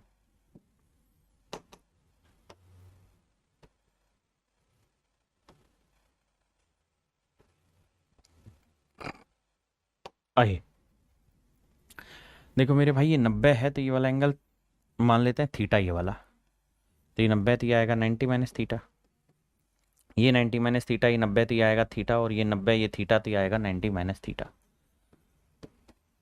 अब आपने देखना है क्या कि DC की वैल्यू बतानी है, और सवाल में कह रहा है कि AC और DC बराबर है तो ये लेंथ भी x है। आपने कहा नहीं, ये गलत बोल दिया क्या? AC और CD बराबर है, AC CD बराबर कैसे हो सकती है? ठीक है, बराबर है तो कोई दिक्कत ही नहीं है फिर। ये तो कॉन्ग्रुएंसी का केस आ गया फिर, कॉन्ग्रुएंट हो गई ट्रायंगल, सर्वांगसम हो गई। ये सिमिलरिटी का नहीं भाई, कॉन्ग्रुएंसी का क्वेश्चन फंस गया। बाकी समझा देता हूं कि अगर ये दोनों साइडें बराबर आ गई तो इसका मतलब इनकी साइडों का रेशियो 1:1 आ गया, तो हर एक करस्पॉन्डिंग साइड्स का रेशियो 1:1 होगा। तो यहाँ 90 माइनस थीटा के सामने वाली जो साइड होगी वो वही होगी जो यहाँ 90 माइनस थीटा के सामने। तो यहाँ 90 माइनस थीटा के सामने वाली साइड क्या है, 3, तो ये वाली साइड भी मेरे प्यारे बच्चों क्या होगी, 3। और यहाँ थीटा के सामने वाली साइड 2 है तो यहाँ पे भी थीटा के सामने वाली साइड क्या होगी, 2। ठीक है जी। आप रेशियो में जाएंगे तो 1:1 बन रहा है क्योंकि दोनों साइडें बराबर है, हाँ है ना। अब एक बात बताना कि भैया ये साइड 2 है, ये 3 है, 3 निकाल देंगे, कैसे निकलेगा? पाइथागोरस थ्योरम, 3 का वर्ग 9, 2 का वर्ग 4, 9 और 4 13, तो ये आंसर आएगा मेरे प्यारे बच्चों √13। ये आएगा आंसर √13। करिए जी सर।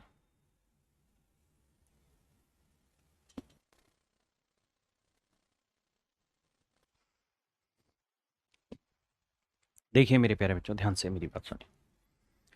सेम ही सवाल है, कह रहा है एक्स का मान ज्ञात करना है, क्या होगा।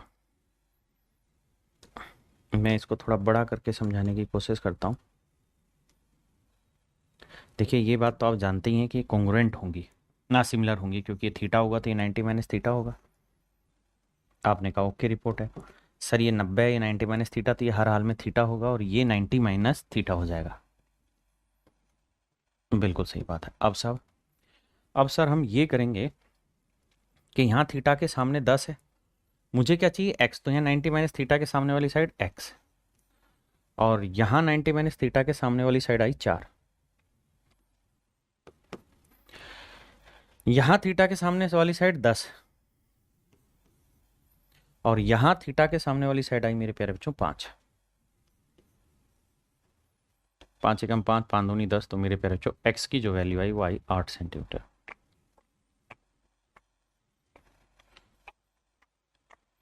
तो हमसे एक्स की वैल्यू पूछी थी, तो मेरे प्यारे बच्चों मेरा राइट आंसर होगा 8 सेंटीमीटर। हाँ जी। अब आइए असली तोड़ पे।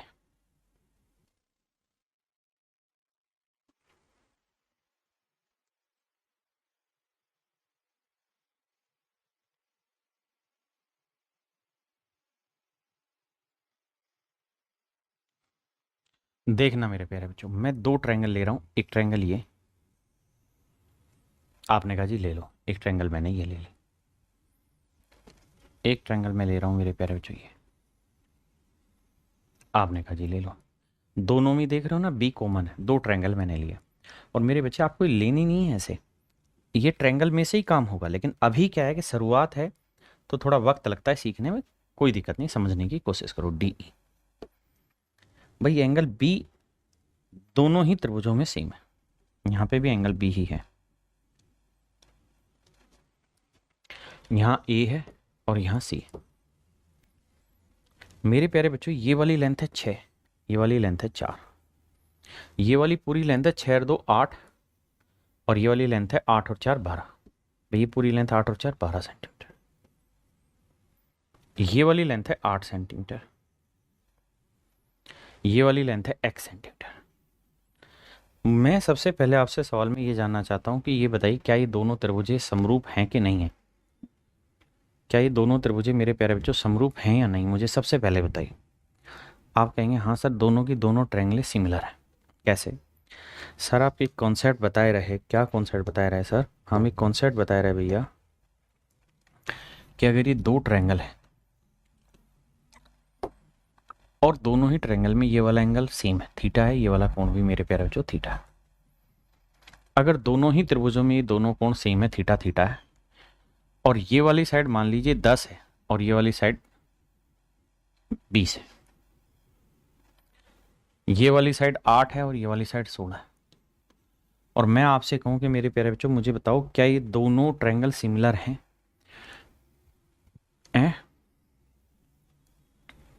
तो आप कहेंगे बिल्कुल है, क्योंकि सर आपने बताया था साइड एंगल साइड। ये साइड साइड का मतलब साइड के रेशियो। रेशियो अगर सर सेम आ जाए तो भी हम ये कह सकते हैं कि दोनों की दोनों त्रिभुजें समरूप है।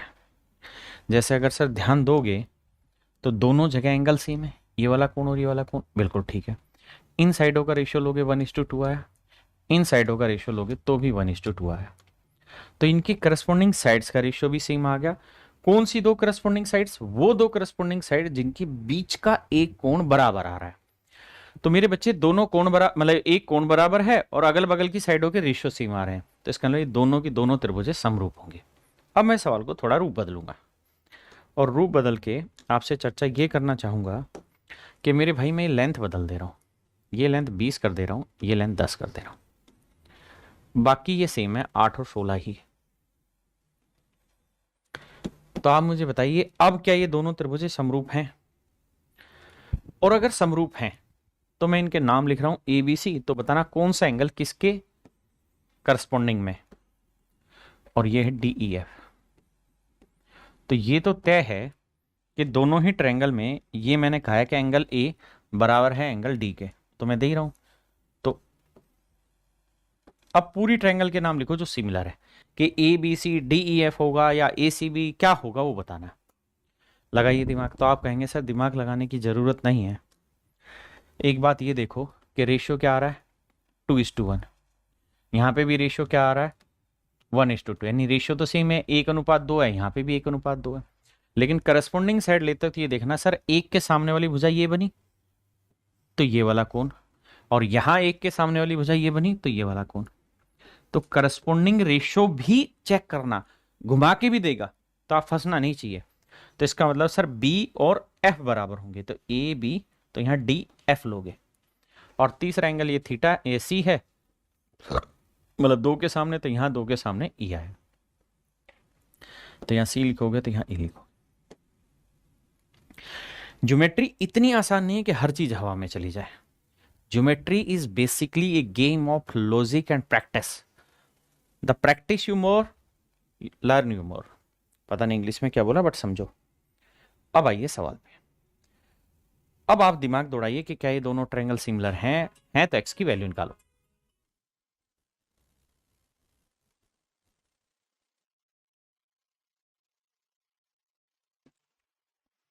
देखिए मेरे भाई, ध्यान से समझिए मेरी बात। गड़बड़ होगी। गड़बड़ क्यों होगी? गड़बड़ ये होगी कि ये देखना कि ये रेशियो है 2 दूनी 4, 2 तिया 6, 2 अनुपात 3। यहाँ पे भी रेशियो देखेंगे तो 4 दूनी 8, 4 तिया 12, 2 अनुपात 3। रेशियो दोनों जगह सेम है। तो मेरे प्यारे बच्चों, बी एंगल दोनों जगह कॉमन था और ये रेशियो 2 3 2 3 सेम आया। तो ये साइड रेशियो और उनके बीच के एंगल की वजह से सिमिलर हो रही है। ठीक है जी। अब यहां 3 के सामने ये कौन है? तो ये 3 डंडे खींच दिए। यहां 3 के सामने ये कौन है? तो 3 डंडे खींच दिए। यहाँ 2 के सामने ये कौन है? 1 डंडा खींच दिया। यहाँ 2 के सामने एक कौन है? 1 डंडा। ये सिर्फ पहचान के लिए कौन सा किसके सामने करस्पॉन्डिंग हो गया। अगर मैं कहता कि दोनों ट्रायंगल सिमिलर है, लेकिन ये बताओ किस नाम से रखा जाए, तो आप कहेंगे देखो सर, बी तो दोनों ही जगह आएगा क्योंकि बी तो सेम है। अब ये देखो, ई किसके बराबर है? ई में 3 डंडे, तो ई बराबर है ए के। ई बराबर है ए के। और फिर यहाँ डी है, तो यहां बचा है सी मेरे भाई। तो यहाँ डी है तो यहाँ सी। ऐसे ही सिमिलर होंगी। अब सर अगर सिमिलर होगी तो हर एक करस्पॉन्डिंग साइड्स का रेशियो सेम होना, इसमें कहां दिक्कत है आपको? एक्स निकालना है तो कॉमन एंगल के सामने वाली साइड एक्स, यहां कॉमन एंगल के सामने वाली साइड 8। हाँ जी, बहुत बढ़िया। दूसरा, अब यहां ये बताना, ये 3 एंगल वाली वाईफाई के टावर के सामने वाली साइड की लेंथ 12 है। बिल्कुल। तो यहां 3 एंगल वाईफाई के सामने वाली साइड की लेंथ 6 है। तो 6 कम 6, 6 दूनी 12, तो एक्स की वैल्यू आई मेरे प्यारे 8 दूनी 16। अब बताइए मजा आया कि नहीं आया? सवाल सुन, आया कि नहीं आया? बढ़िया लग रहा है मजा सिमिलरिटी के सवाल पढ़ पढ़ के। मैंने ट्रेपीजियम सिखा दिया, सारी चीजें सिखाने लग रहा हूं जो सिमिलरिटी से टूट रहा है। अगला प्रैक्टिस आपने करना है।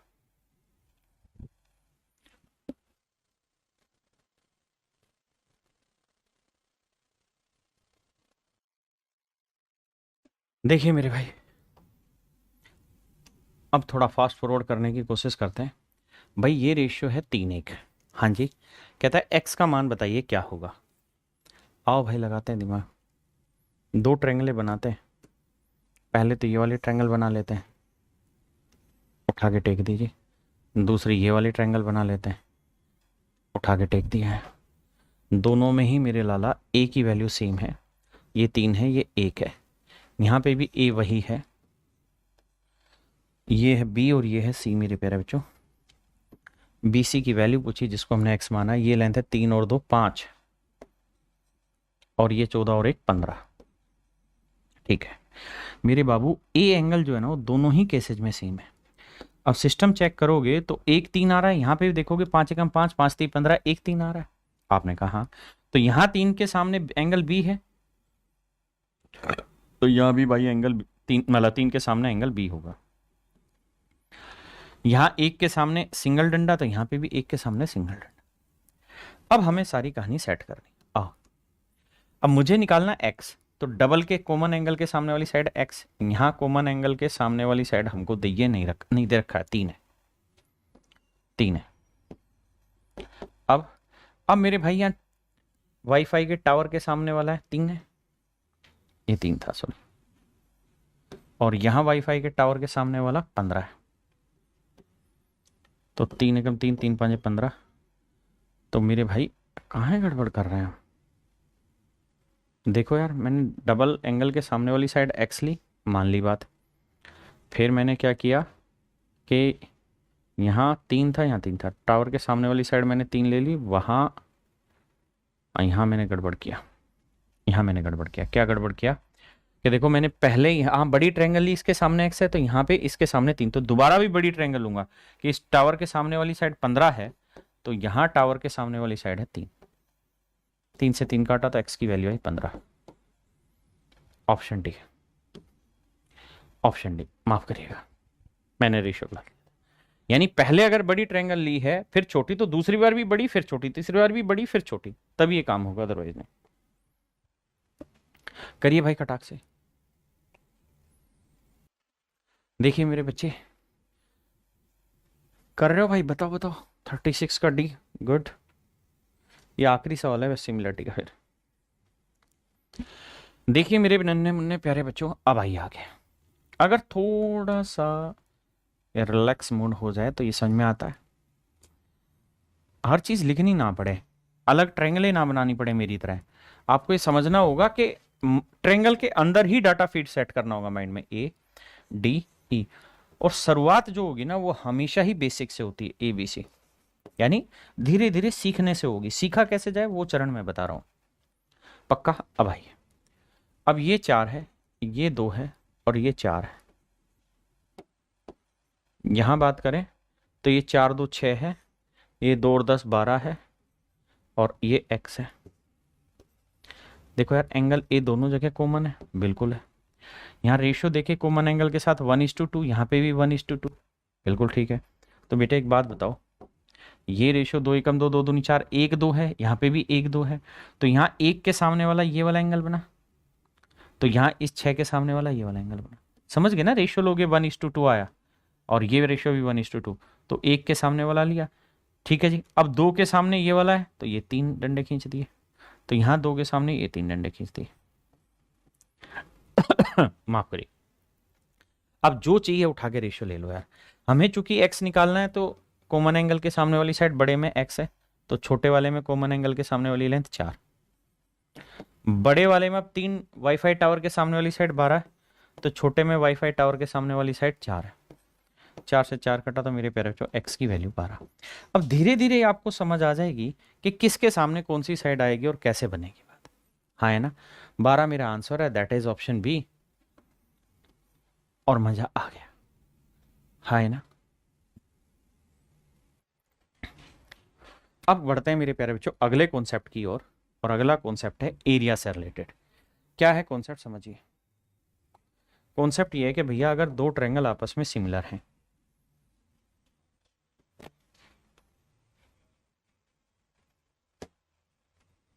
ये ए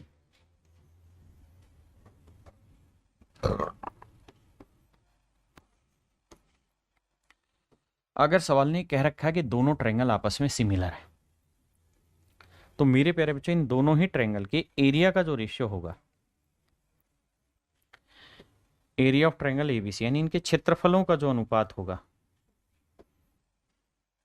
बटे एरिया ऑफ ट्रायंगल डीईएफ,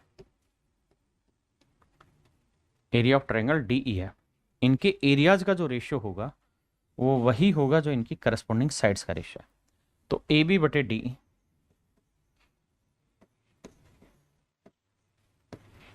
का जो रेशियो होगा उसका स्क्वायर है, ऐसे ही बी सी बटे ई एफ का जो रेशियो होगा उसका स्क्वायर होगा।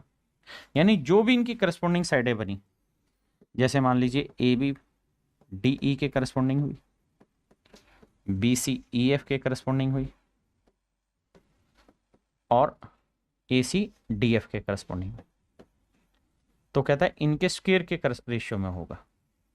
आप कहेंगे जी स्क्वायर के रेशियो में क्या होगा, क्यों होगा? उसकी कहानी को भी समझाता हूं, 1 सेकंड का वक्त देना। देखो यार, स्क्वायर के कहा रेशियो में इसलिए होगा,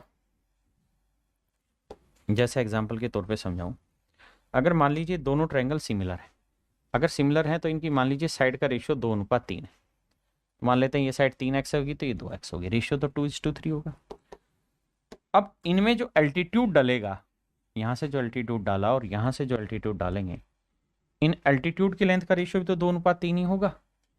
ये समझा चुका हूं कि अगर दो ट्रायंगल सिमिलर हैं तो जो रेशियो उनकी हर एक करस्पॉन्डिंग साइड्स का होगा वही उनके पेरीमीटर का भी होगा, वही उनके अल्टीट्यूड की लेंथ का भी रेशियो होगा। तो ये 2x 3x है, तो मेरे प्यारे बच्चों ये भी 2k होगा तो ये 3k होगा, यानी मल्टीपल डिफरेंट होगा बट रेशियो 2:3 होगा। बिल्कुल ठीक है आप।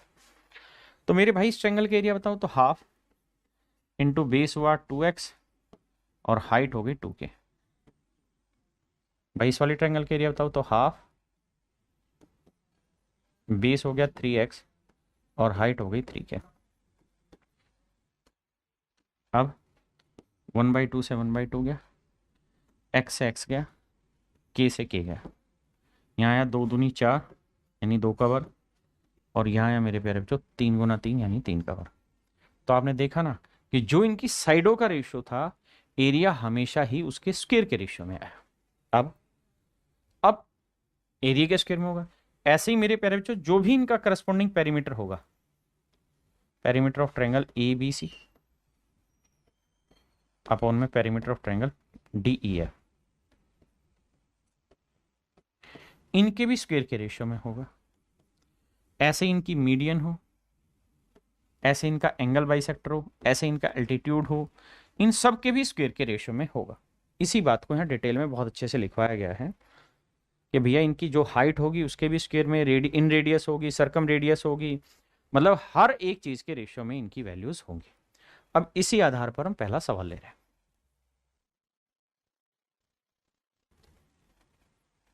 यहां से वो एरिया वाला कॉन्सेप्ट आ रहा है। देखिए मेरे भाई, सवाल में कह रहा है दो समरूप त्रिभुजों का क्षेत्रफल 81 सेंटीमीटर और 49 वर्ग सेंटीमीटर है। मैंने आपको एक चीज अभी समझाई क्या, कि भाई अगर दो ट्रायंगल सिमिलर हैं, अगर दो त्रिभुज आपस में समरूप हैं, तो इनकी करस्पॉन्डिंग साइड्स का रेशियो, करस्पॉन्डिंग लेंथ्स का रेशियो, लेंथ की स्पेलिंग LENGTH, लेंथ का रेशियो अगर A:B है, करस्पॉन्डिंग लेंथ में सब कुछ लिखा है अभी कि आपका एरिया ना हो, माफ करिए, करस्पॉन्डिंग पेरीमीटर हो सकता है, करस्पॉन्डिंग साइड हो सकती है, करस्पॉन्डिंग एल्टीट्यूड हो सकता है, ईच एंड एवरीथिंग। तो मेरे प्यारे बच्चों इनके एरिया का जो रेशियो होगा वो क्या होगा, वो इनकी करस्पॉन्डिंग साइड्स का स्क्वायर होगा, यानी A²/B²। अब मोटी और बड़ी बात क्या कहना चाह रहे हो, मैं आपको ये कहना चाह रहा हूं कि भाई अगर साइड का रेशियो दे रखा है तो उसका स्क्वायर कर देंगे, एरिया आ जाएगा। लेकिन अगर मेरे प्यारे बच्चों एरिया का रेशियो देके साइड का रेशियो पूछे तो स्क्वायर रूट करना पड़ेगा, क्योंकि एरिया स्क्वायर होता है तो साइड की लेंथ स्क्वायर रूट करना होगा। इस सवाल में ध्यान दो, आपको यही कह रहा है कि भाई दो ट्रायंगल है, दोनों सिमिलर है, इनके एरिया जो है दीज आर बेसिकली 81 एंड 49। तो इनकी करस्पॉन्डिंग हाइट का रेशियो बताइए क्या होगा, हाइट का मतलब लेंथ जो भी है। तो भैया इनका स्क्वायर रूट करो, 81 का वर्गमूल 9, 49 का वर्गमूल 7, तो आंसर आया 9/7। Option A is your right answer. हाँ है ना। अब ऐसा नहीं होगा कि सारे सवाल बिल्कुल आसान कराए जाएंगे, भाई धीरे धीरे शुरुआत आसान से होगी, लेकिन अगला स्टेप तो आपको उठाना होगा।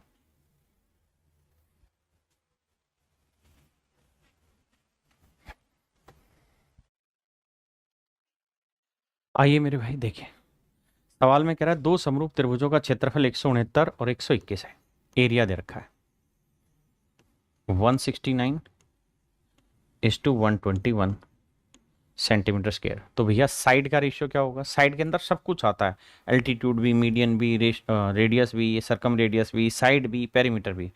तो ये होगा स्क्वायर रूट 169 का वर्गमूल 13, 121 का वर्गमूल 11, 13:11 इनकी साइडों का रेशियो। अब कह रहा है बड़े त्रिभुज की सबसे लंबी भुजा 26 है, सब बड़े त्रिभुज की सबसे लंबी भुजा क्या है, 26 सेंटीमीटर। तो 13 यूनिट 26, तो 1 यूनिट 2 सेंटीमीटर, तो 11 यूनिट की वैल्यू क्या होगी, 11 दूनी 22 सेंटीमीटर। तो बड़े त्रिभुज की सबसे ना, छोटे त्रिभुज की जो सबसे लंबी भुजा वो क्या होगी, 22। भाई बड़े की सबसे बड़ी साइड 26 है तो छोटे की सबसे बड़ी साइड 22 होगी, क्योंकि हर साइड का रेशियो तो 13-11 होगा, तो नो डाउट। कह रहा भाई दो ट्रायंगल के एरिया का रेशियो दिया हुआ है, एरिया दिया हुआ है, एक का एरिया 25 है तो मेरे प्यारे बच्चों दूसरे का एरिया 36 है। तो एरिया का 25-36 है तो साइड का रेशियो क्या होगा, 5:6, 5:6। इसका मतलब ये हुआ मेरे प्यारे बच्चों कि हर करस्पॉन्डिंग हाइट की लेंथ 5 यूनिट है तो इसकी लेंथ 6 यूनिट होगी। तो पहले त्रिभुज की ऊंचाई 2.4 सेंटीमीटर है, तो दूसरे की हाइट क्या होगी। तो मेरे बच्चे आंख बंद करके देखो कि 5 यूनिट 2.4 है तो 1 यूनिट की वैल्यू बटे 5, तो 6 यूनिट की वैल्यू कितनी होगी, गुना 6, पॉइंट हटाएंगे 10 आएगा। अब भैया 24 है 144 बटे 50, 50 को 5 गुना 10 लिखते हैं, 5 से भाग दोगे, 5 दूनी 10, 5 8 40, और उसके बाद 5 8 40, 28.8, 10 है तो 2.88, तो आंसर आएगा बी ऑप्शन। तो मेरे प्यारे बच्चों आंसर होगा बी 2.88। कहता है कि साइडों का रेशियो 6:9 है, संगत ऊंचाइयों का अनुपात 6:9 है, तो 3 दूनी 6, 3 तिया 9। तो अगर रेशियो 2:3 है तो एरिया होगा 4:9। आप कहेंगे हाँ भाई, करस्पॉन्डिंग साइड्स का स्क्वायर ही तो होना है रेशियो एरिया का।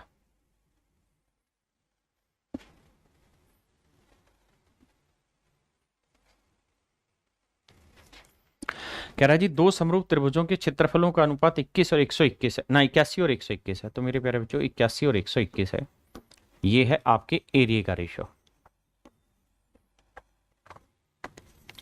तो मेरे नन्हे मुन्ने प्यारे बच्चों इनकी साइड्स का रेशियो क्या होगा? वर्गमूल 81 का वर्गमूल 9 और 121 का वर्गमूल 11, 9:11। अब कह रहा है पहले त्रिभुज की ऊंचाई है 4.5 सेंटीमीटर, 4.5 सेंटीमीटर। तो दूसरे त्रिभुज की ऊंचाई याद करिए क्या? तो आप जानते हैं कि 9 का आधा है तो 11 का आधा कितना हो जाएगा? 5.5 सेंटीमीटर, 5.5 सेंटीमीटर।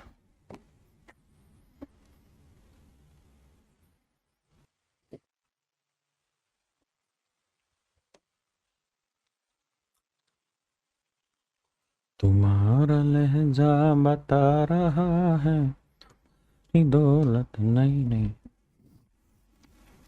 कह रहा है जी two corresponding median of two similar triangles are this and this.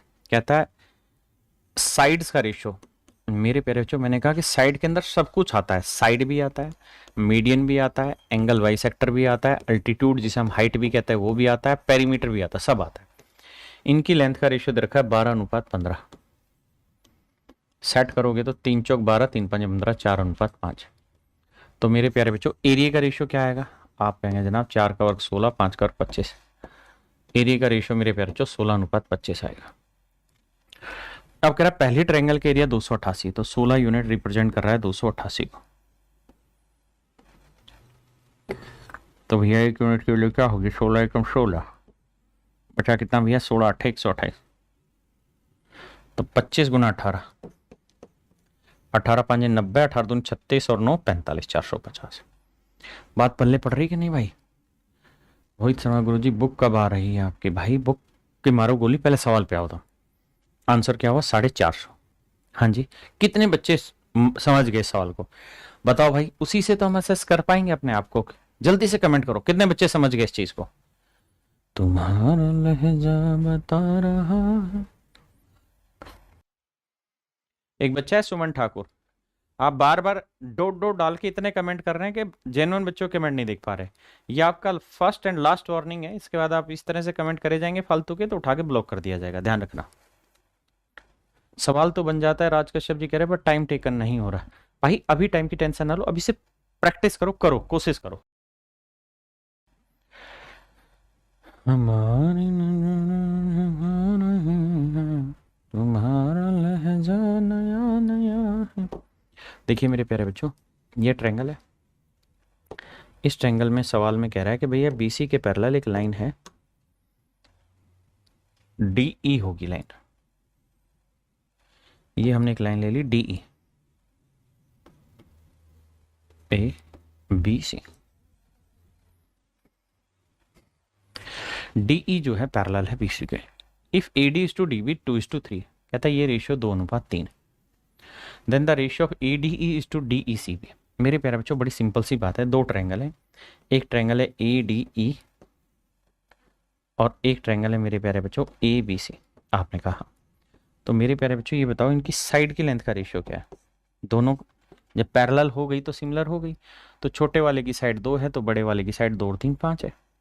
तो साइड की लेंथ का रेशियो अगर 2:5 है तो बाबू एरिया का रेशियो क्या होगा? 4:25। बिल्कुल ठीक है, मतलब पूरी बड़ी ट्रायंगल के एरिया 25 है तो छोटी ट्रायंगल के एरिया कितना हुआ? 4। ध्यान दे रहे हो ना, क्योंकि छोटे की साइड 4 है तो छोटे का एरिया 4, तो पूरी बड़ी का एरिया 25, 25 में से 4 घटाया तो ये बचा 21। तो जो क्वाड्रिलेटरल बच गई डी ई सी बी या बी सी ई डी, इसका जो क्वाड्रिलेटरल का एरिया होगा वो 21 होगा। तो आंसर आएगा 4:21। Option C is your right answer. आइए मेरे बच्चे, हमारी नजरें। देखिए मेरे दोस्त, सवाल में कह रहा है कि एक ट्रायंगल है ए बी सी, उसमें बी सी के पैरेलल एक लाइन हम खींचे हैं D E. This is the line that is parallel to B C, A B C. इसमें मेरे प्यारे बच्चों बी सी के पैरेलल एक लाइन हमने खींची डी ई, बहुत सुंदर।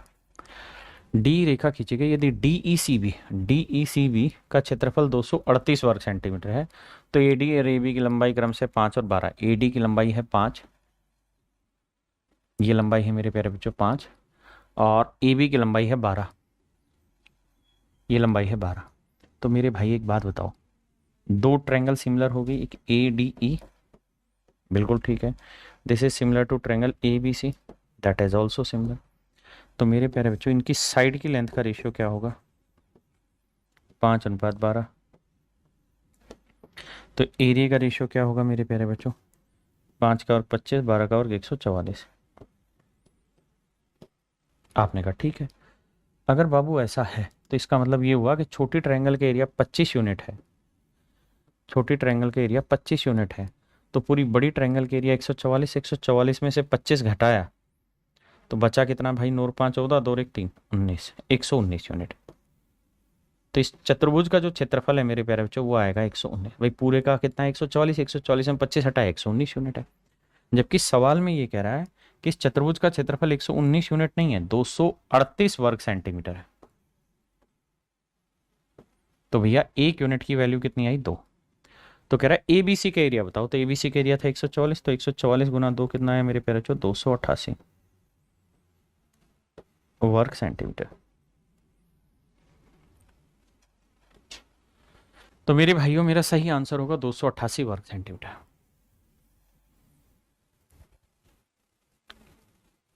तो मेरे भैया मेरा राइट आंसर जो होगा 288 सेंटीमीटर स्क्वायर।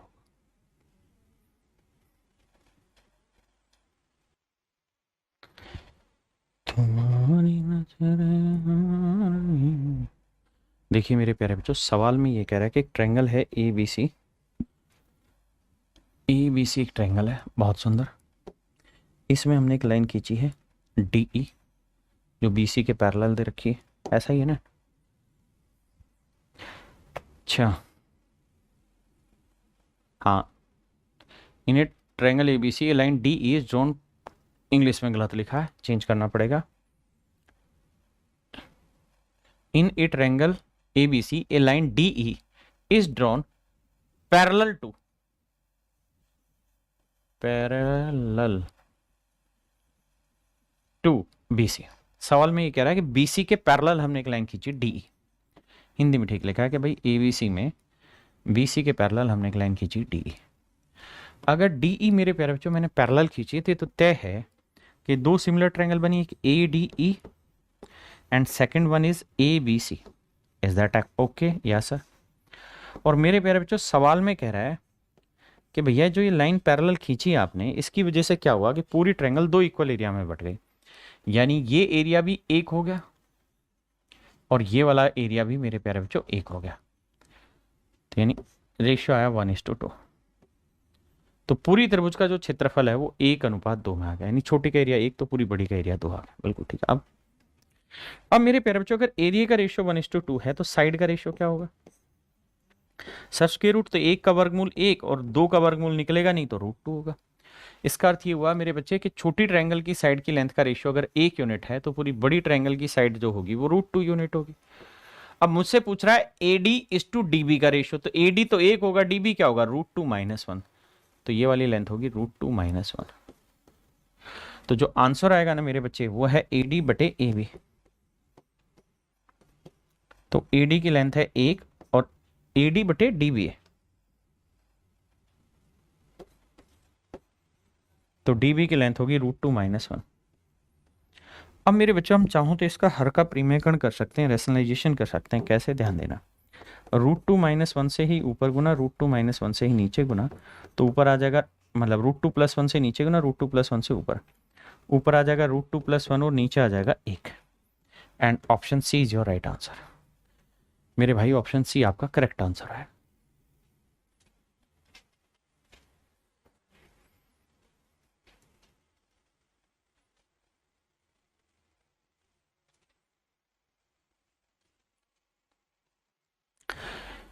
चलिए मेरे प्यारे बच्चों, आज के लिए इतना ही रखते हैं। आप इतना करके आइए, फिर कल की क्लास में इससे आगे बढ़ेंगे। Thank you, have a nice day to everyone. Thank you.